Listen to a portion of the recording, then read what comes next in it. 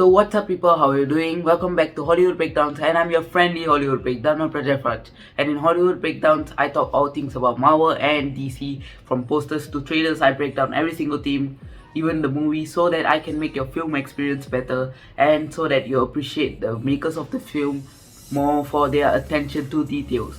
So without further ado, let's get on moving with this video. So in this video, I'm gonna talk about the worst 5 films and shows of 2022 and then the top 10 films and shows of 2022. So this year was better than 2021 and we really had a lot of stuff, but I couldn't watch everything. Like Super Pets, I was really excited for it, I couldn't watch it. Fantastic Beasts, the prequel, I couldn't watch it yet. And Black Panther Wakanda Forever, I haven't watched it. Yeah, so these 3 films are like the top 3 that I wanted to watch, but I couldn't watch by the end. I mean, I still have time, but I have to study as well. My school is gonna start in on the 3rd of January. I have to tell you that in my video yesterday, if you haven't watched it yet, I said that next year there's probably not gonna be any more videos, and I will try to roll out videos if I can, but the chances of videos coming out is very less. And also watch parties are definitely out of the list for next year. So the worst 5 films and shows of 2022. Number 1 on this list is not so bad, and then moving down, number 5 is the worst. So number 1 is Miss Marvel. So Miss Marvel wasn't so bad. I could have put it in a top 20 list, but it's on my top. Since I have a top 10, then this goes to worst 5. It was all around the place. So for the first 5 episodes, we think Najma is the villain, and then suddenly episode 5, Najma dies, and then her son becomes the villain of episode 6. And even though he's a good guy, people were against him, so he turned back. But for Kamala Khan, even though people turned against her, she was still a good person, and that made her a superhero. And then she was fighting Cameron for the people who were against her. The post-credit scene will be important moving on forward in the MCU, because the Captain Marvel's sequel will feature Miss Marvel, Captain Marvel, and Photon, and 3 of them will be switching places a lot because their powers get mixed up and stuff. So, and also Kamala's bangle, the technology in it is the same as Shang-Chi's 10 rings. So and both the technology is related to Kang, and so this will play an important role moving forward in the MCU multiverse saga, because Kang is the main villain of this saga, and this is gonna bring out a lot of stuff about that.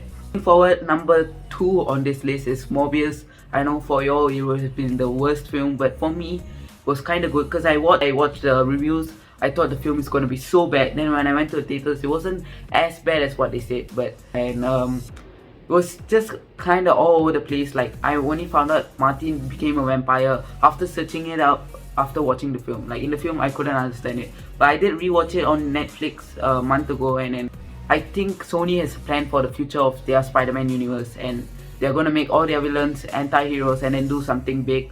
Can't explain it now, because I will explain it in a future video if I can make it. So moving on, number 3 is Thor: Love and Thunder.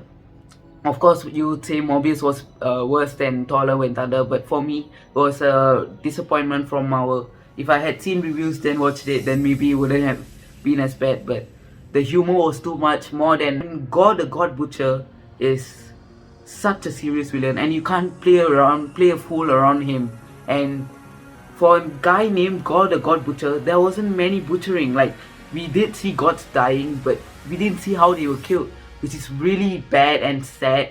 And Taika Waititi, even though he's a really good director, I don't know, he just messed up with this movie, and I didn't really expect such a failure from him. But the ending was really touching, but the whole film was just playing a fool around. What are you doing? Marvel, take it seriously. Anyways, moving on is number 4, Hotel Transylvania for Transformania, and now I see why Sony didn't release it in theaters and they instead chose to release it on Amazon Prime. It was really bad.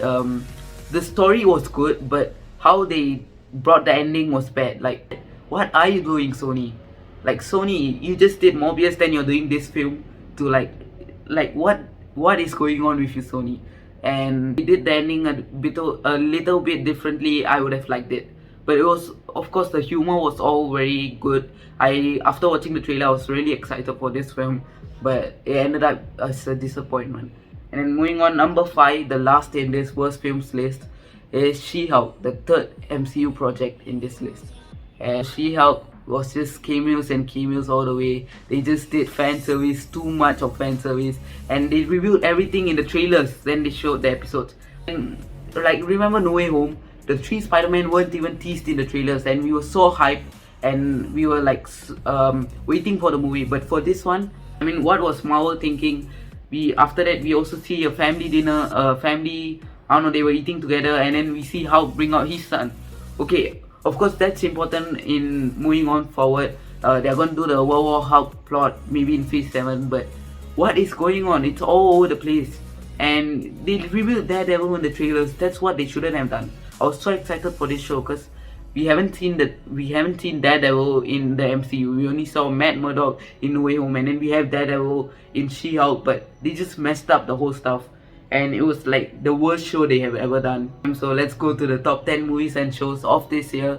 So number 10 is like okay, and then number 1 is the best, so I'm gonna go downwards. So number 10 is Sonic the Hedgehog 2. So I wasn't really interested in this franchise. Then I saw the first film, then I'm like, oh, this is such a good film, and then it was so entertaining. Then I really liked the ending, and also we saw Knuckles and Tails in this movie, and then the ending we saw the Sonic becoming supersonic, and then it was such a good film, not gonna lie. Moving on, number 9 is the Guardians of the Galaxy Holiday Special, and this one I wasn't interested. I mean, like, I wasn't hyped for it, but it was kind of entertaining. It was good. This holiday special had a simple plot, simple storyline. They were going to surprise Star-Lord for Christmas with Kevin Bacon.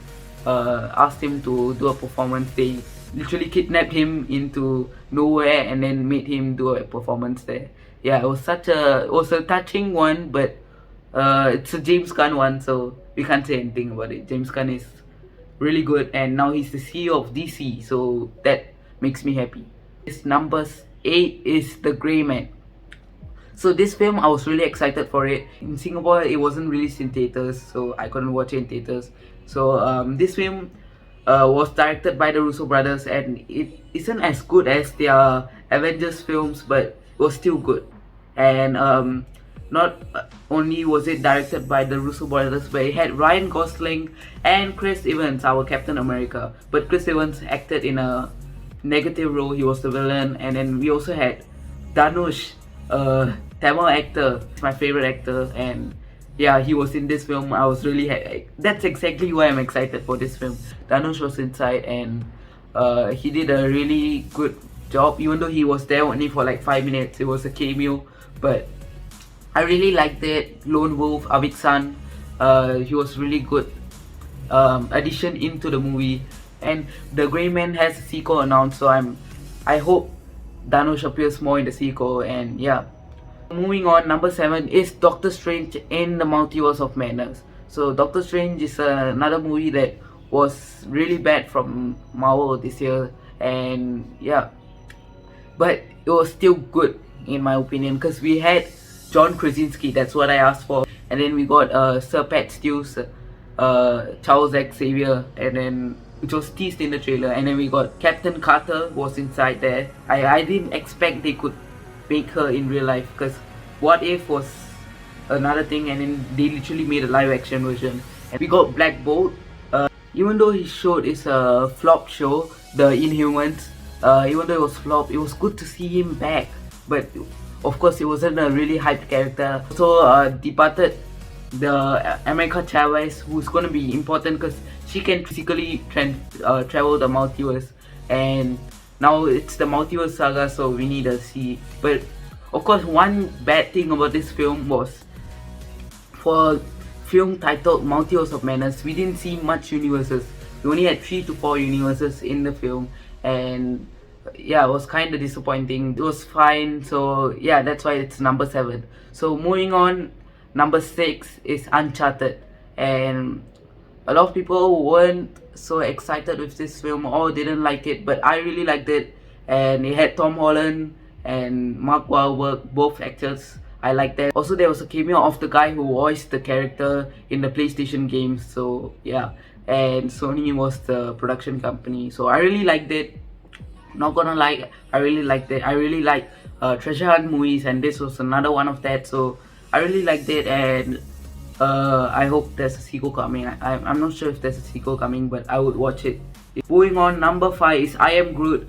Like I said in my video yesterday, I really liked I Am Groot, and it was really great. I Am Groot was so cute.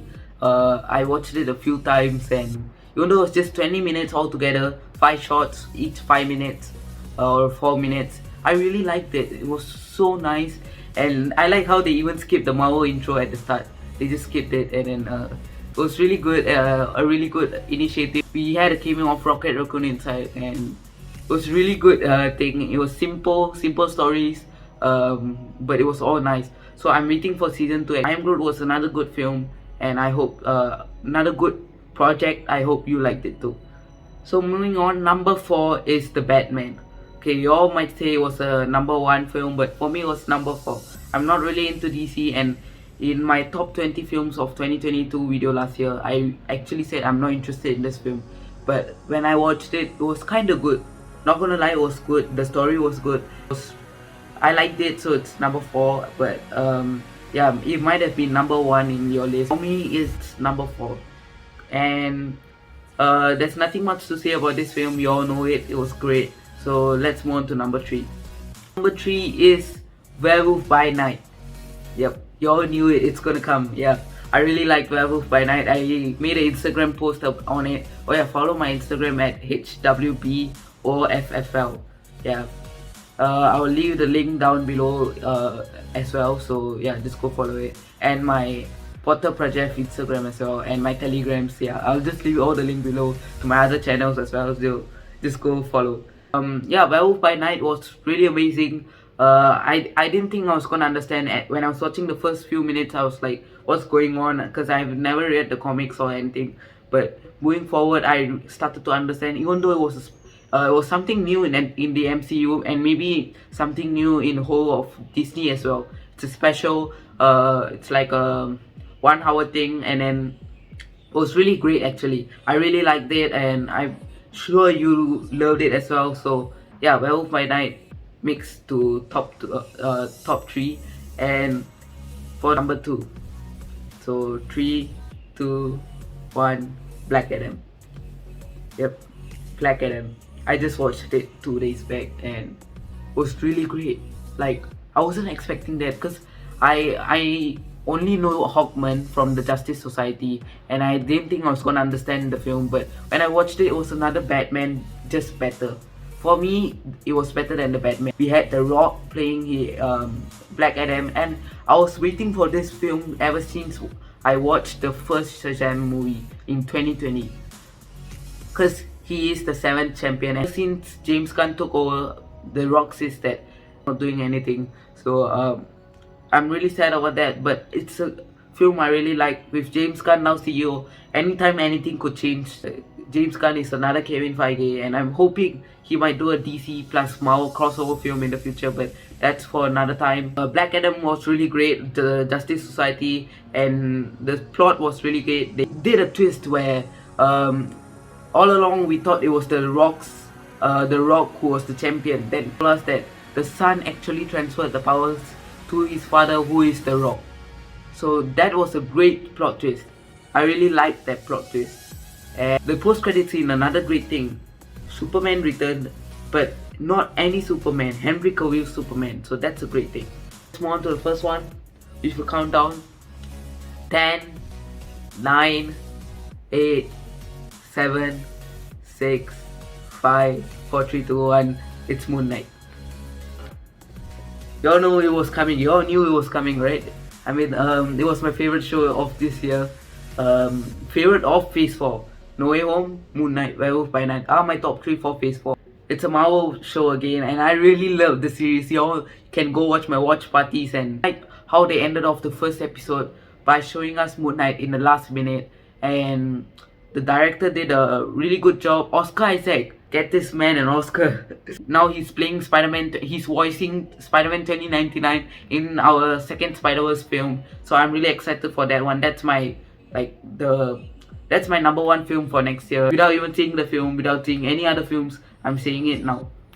Will be my number one film. And it's the number one film I'm really excited for next year. So yeah, he was really great and I really loved it. Yeah. The ending was, they teased Jake Lockley and he was just in the comics he was a character who debuted in the Werewolf by Night comics, and then moving forward he got a whole comic series for himself because he had great audience reaction, and I really loved this series. I watched it like 4 or 5 times by now, the whole series. So it's a show I really like, and yeah. Of course, the time is running, it's almost 30 minutes now, so that was my top 10 movies and shows of 2023 and my 5 worst films and shows of 2023. Yeah, that's my list, and let me know what's your list in the comments down below, and yeah, I'll see you guys in another great video, and peace out.